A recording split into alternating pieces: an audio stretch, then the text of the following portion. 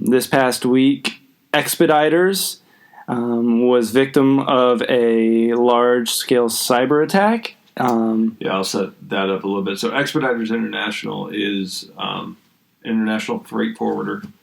They are also the largest customs broker in the United States. So for me and any viewers, what is a customs broker?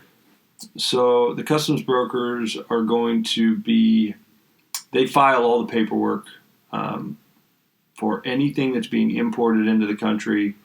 They're going to make sure that they're classifying and calculating the duty rate that you pay to the U.S. government. So duty, taxes, import taxes, basically. So there's a lot of filing, a lot of paperwork that goes along with anything that you're going to import. You're going to have an initial security filing that's basically telling the government this is what's coming. So this is what's been put on a ship, and this is coming here. So it's part of the manifest, a boat manifest. So they're saying, here's all what's here. Here's what's coming. So to be watching for it. And then when it arrives, then they're clearing it with customs. So they're doing an entry, a customs entry, which is the formal, this is where it's from, this is the factory, this is the country, date that it departed, date that it arrived, here's what's on it. And I'm not going to get too much into harmonized tariff schedules, but HTS codes are basically everything that you ship and trade has a tariff code, and that's global. So, and it's really interesting. It's actually pretty interesting how things are classified. Like Chapter 1, I think, is basically livestock. So how they classify live animals. And then you kind of work your way through, okay, the animal becomes this. If the animal is in pieces, then it is this. Then you get into leather and leather products, all these other things. Like you break all of these things down. Alcohol, how alcohol is classified. Irish whiskey, the difference between Irish whiskey, well, obviously Irish whiskey, it's only Irish whiskey if it is whiskey that comes from Ireland. No. You know what the difference between Irish whiskey and bourbon is? It's domestic. Bourbon's from Kentucky, right? Bourbon has to be from Kentucky. If it doesn't come from Kentucky, it is not bourbon. Yeah. So you have people call things bourbon, like Three Rivers Distillery will say they have a bourbon. It's not really bourbon because it's not from Kentucky. It's actually a whiskey. Could they get sued for that? You can't get sued for it, but you can't trade it. You can't send it internationally calling it that. You could put a label on it, but that doesn't mean that's what it is. When you would actually classify it, you would have to classify it as a whiskey, not as a bourbon, which, like Tennessee, Jack Daniel's is whiskey. It's not bourbon.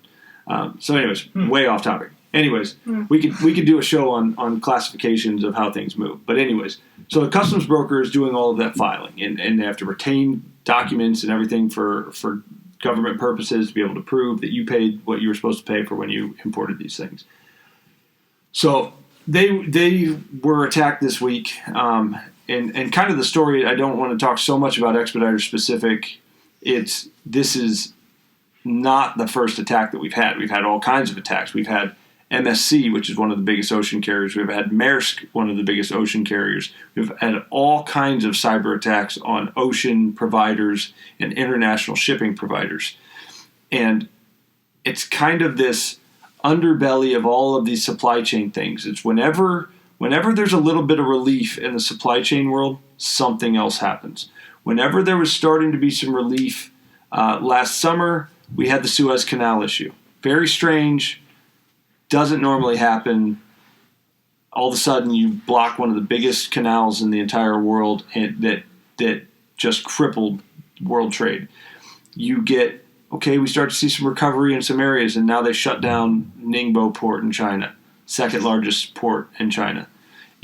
Every time there starts to regain a little slack in the supply chain, something else comes up that just takes it back to zero. It's crippling enough that it's like, so now gamble and try to find a solution to keep things moving, because the game is always just keep things moving, but you can't ever get ahead. You can't ever clean up a mess before the next mess, and it's always some kind of unprecedented mess that you can't really plan for. And so it's just very strange how this is happening, and it just seems very targeted, obviously, how this keeps happening to all of these carriers, and it's been very difficult to say the least. So one of my questions is this a coordinated attack like against America or some other government, or is this an attack at individual companies for a profit? What do you think the motive behind the attack is for whoever's doing it?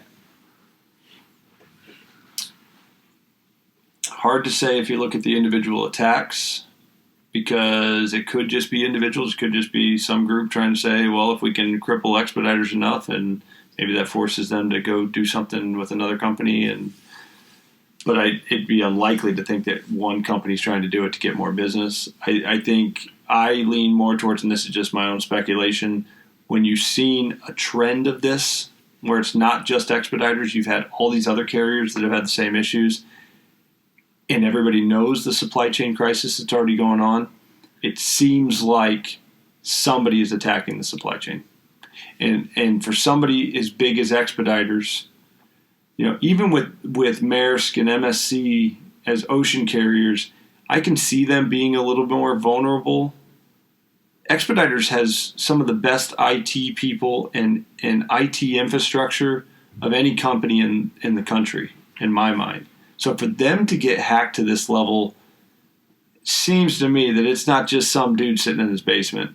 It seems to me that this is a bigger picture, bigger, targeted, and it seems to me like there is a direct attack, coordinated attack on supply chain on a regular basis. Do you think it's domestic or do you think it's foreign? I think it's definitely foreign.